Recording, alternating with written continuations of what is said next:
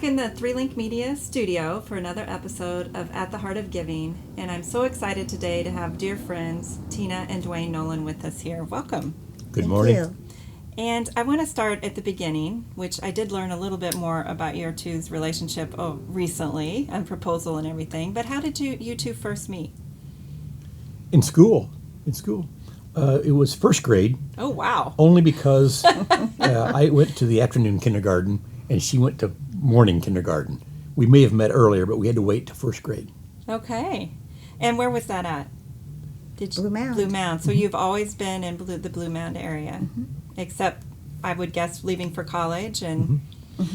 My family, my earliest ancestors, came to the county in the 1830s to be farmers and located northwest of Blue Mound. And so Garland Hall was my first ancestor. There's a cemetery named Hall Cemetery just north of us. And so that's where they came in. And so we live on my grandfather's farm. I was raised 2 miles north on my great-grandfather's farm. And so with our two sons, Grant and Blake, farming now, they're the 8th generation to farm in Macon County. Wow. And were you also raised on a farm? No, I was a town. You were in town, okay. And my family moved to Blue Mound when I was 5. And so how has it been for you then, all these years being on a farm? Well, I've been on a farm longer than I've been anywhere else. And what does that sense of legacy mean for you, marrying into a family that cares for the land and has been there that many generations? It's definitely a legacy and a very nice one, to have roots that go that deep. And to be able to add to it. Yes. And you now have, as you mentioned, your sons and you have a daughter, and then you have grandchildren now. 7 grandchildren. Wow. So, yeah. And how does that feel to you both to know that legacy and that you've protected the land, it's going to carry on? I mean, that's somewhat of a burden, I would think, for farmers. Farmers often talk about being stewards of the soil, stewards of the land, trying to leave it better than you found it. And so that's our focus is kind of long term. Sometimes you're building wealth with farmland, not necessarily so much income as you do the wealth. And so it's I think about how my ancestors probably sacrificed and worked hard, toiled to buy land or build our buildings, and then we benefit from that. And so we're trying to do the same thing for our sons and grandchildren. Yes. And their children. Yes. So you both are very giving, and we're honored to work with you as a trustee on our foundation board. In fact, you were the first one when I came to the foundation that I asked to join. Really? And you interviewed us in your office, I remember. He didn't say yes right away. He had to interview Missy and I. How has your experience been working with our foundation, both as a trustee and then you as a couple being donors? Wonderful. I mean, the foundation has really stepped up and become a strong community asset. And I love being on a board that gives. You've helped bring vision and mission. Now we've expanded from Macon to Moultrie and Piatt Counties, so it's a larger Central Illinois footprint. And just the idea that you can help donors connect with their charitable giving and be that conduit to help others, it's been fascinating. So we have our own personal donor advice fund. Our farm has one as well, and so both can use that for charitable needs. And then on the way we were talking, just a few years ago, the Meridian School District, Blue Mound and Macon School Districts combined, both had dropped their agriculture programs in the previous decade. So there's been no agriculture education or FFA chapter at those schools for a long while. And so when the school consolidated and then built all new buildings, the administration realized what was missing was the lack of agriculture, especially when Howard Buffett helped Decatur get theirs starting. Yes. And here we are in the country and didn't have one. Right. We were the only school district that did not have agriculture education in the county, and we do now. Yes. But they didn't have the resources to build a building. And so with a group of us, we formed a not-for-profit and did a capital campaign. You were helpful in a lot of ways with finding donors, foundations, matching gifts, helping just with promoting that. And at the end of the day, we raised $1.5 million. Which is amazing. And built a nice little building. Yes. The school district then stepped up and funded a greenhouse. And then some great things have happened since then. And one being a farm family who no longer lives in the area and had sold some farmland, felt like they wanted to give back to our community, and they gave us a $100,000 gift, and we have a fund with Community Foundation to help with the operating. And then now, since we've moved past capital campaign to more operations and in the future, now we've had a dozen families, when their loved one has passed, they've named us with memorial gifts. Right. And so we now have a nice donor advice fund for scholarships. And this past March or April, we gave out our first 2 $1,000 scholarships. Congratulations. So we've gone Very from exciting. nothing, from no program at all in 6 Right. years, to where now almost half the student body are involved in agriculture classes. Which is amazing. Yeah. And you mentioned you have your farm fund, which you both use a very unique tool that we offer, which is a gift of harvested crops. Can you speak a little bit about that as a tool? Yeah, at some time during harvest, we will haul a load of grain or two into your local elevator, and they sell that grain and transfer the money directly to the community foundation. So it's not income it's not reported income for us, but it goes into charitable purpose right to the community foundation. Yeah. A very easy way to give. Yes, it is an easy way, and we have those funds or accounts set up at all the different grain elevators that Duane helped us establish and figure out where they all are, and all these little small, usually right by a railroad track or Yeah, something. exactly. I'm like, where's the grain elevator?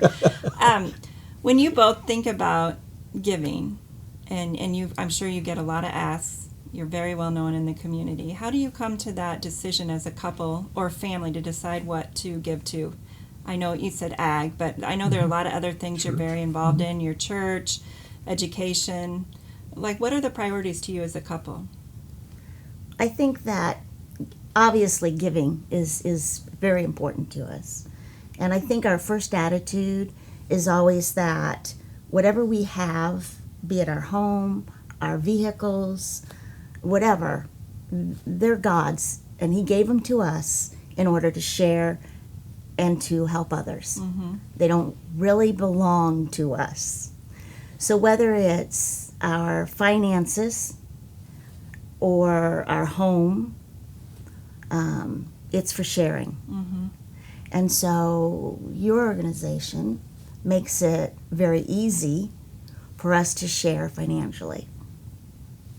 We prioritize probably our church is the first in our giving, and then outreaches from that church, maybe a missionary, B.J. Leonard, who's over in Ethiopia, Yes. or New Life Pregnancy Center, or I can't name all those that just have touched us, WBGL and all that in a Christian network.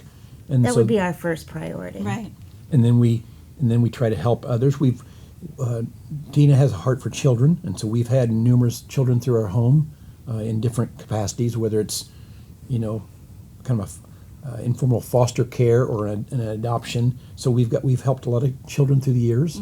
We feel that's God has asked us to provide for widows and orphans. Yes. In that regard. And then we're in education, where Yes. we try to support University of Illinois. Yes. And Millikan, Tina's a Millikan alum. Yes. And so we have a scholarship there at Millikan. And so we try to help education, and then others that as we see the need, as we feel God calling us to provide. So, speaking of God calling you, was it a calling for you to get into politics? Did you feel that was your calling? Absolutely. Yes, probably, because that was never I always wanted to be involved in agriculture organizations, but never really a political life. That's a next step. That's kind of crossing the line a little bit. And the way it came about, it was odd. I had not told anybody I was interested. I don't think I really quite. I think we originally he was looking for something more than the farm, to be able to still farm, but to have something that used his talents and his gifts. And we were actually praying for that, and had been when this telephone call came through. Received a phone call asking if I would be interested in Mike Tate had decided to step down, and they were looking to somebody to appoint to replace him, and it came out of the blue. Matter of fact, it was in late March, and I remember when they talked to me, I said, "Well, listen," I said, I'll be planting here in a few weeks. I don't know if I can't really talk about it now." Right. So long story short, I was appointed the 1st of April. And I went literally from a tractor seat to a seat in the House of Representatives that quickly. And then you get consumed by it and you pulled out. And the next thing I know, I've served 4 terms in the House and then 2 in the Senate. And then just as quickly as I got in, I got out about that fast. The reapportionment process, redistricting process just changed dramatically. And that's just how it works. The opposition party drew that map, and they draw it to maximize their seats or members, and I drew the short straw. But I think back about it, I served in a wonderful time as a Republican because, and during that, now today, Illinois is very strongly in Democrat hands. Right. Every constitutional office, the House and the Senate are majority or supermajority. It's just a different day. When I was there, it was very competitive. You had the House might be Democrat, Senate Republican, and you might have various members. Today, and you had balance, and I enjoyed that. I like compromise, working with others. Now it's pretty well all held in one hand, and that's probably not constructive, right? But it's the reality of Illinois politics and other states as well. Right. So, Tina, you were the hostess and hosted so many events and traveled and did all the things to support everything a wife outreach. does. Yes, and then some, right? I know you do a lot on the farm as well. What is your fondest time remembering when he was in the political realm? That's hard. Is it hard? We had a great time. We had a lot of family time, which the hours that he put in and the work that he put in was enormous. But it also allowed us to take our children along, and we would take our children and everyone else's children for a parade. Oh, yes. Or a dinner. I think the fondest memories I have are the people we met along the way. We took an entourage with us. We had a lot of family and friends, and we'd have parade every weekend, from 1st of April to October. And so we'd have sometimes 7,500 people in parades with us, and so you had this big family camaraderie. And we drove everywhere together, so you had time together. Grant and Blake know how to work a room. They're not yes, they do. They understand how to shake hands and meet people, and so they've got some real life skills from that. Right. Yeah. So it was fun. Although I have to admit, I had a chance a few years after I got out to run for Congress. When they were going to appoint him into Congress as he my started gosh. his original political career. And so we thought about it and prayed about it, and we'd settled back. I'd settled back into a new career and kind of normalized my life, which is what it is. And I said to Tina, I said, I've got a chance to go to Congress. And she says, well, that's wonderful. It says, I just want you to know that you're going to go yourself now. I'm not going with you. So I've got grandkids now. Yes. Yeah. And so I thought, I passed on that. He was good to welcome be to invited, go. yeah. I mean, if he felt like that's where he needed to be, no problem. But when I look at but I was not. when I look at the partisan nature of things, I don't think I missed a lot. And so Rodney Davis stepped up and served well for 10 years, Yes. and proud of him. And we both turned out okay. Yes, and we're lucky that you both stayed here and helped so much with this area. Yeah. As we wrap up, when you think about you've got the legacy of the farm and your own personal legacy. If someone's watching this video, or your children and grandchildren in 25 years, what would you like to say to them, or that you would hope they would know about why you did what you did throughout your life? I would say we did what we did because people matter. People matter, children matter, the elderly matter, and one of the easiest ways to help is to help where they need the help, not where you think they need the help. Right. And by using our donations through your company, by using that, you're able to pinpoint what their need is. So if I had something to recommend, would be to just step up and do it. Just invest. Yes. Invest in those children. Invest in the buildings that those children will be in and learning. Invest in the elderly. So they aren't forgotten. Yeah, don't push them aside. Right. Yeah. And I think that's what I would want our children to do. I think we hope that we've left a Christian legacy, one of trying to lead and be an example for others, and do what God would have us do with our resources here on earth, and just leave this place better than we found it, and we're just grateful for the opportunity. Well, thank you both. I think you're both remarkable. Thank you. As you know, and we so much appreciate you sitting down with us and sharing a little time and a little of your insights. Our pleasure. Thank you, Natalie. Thank you.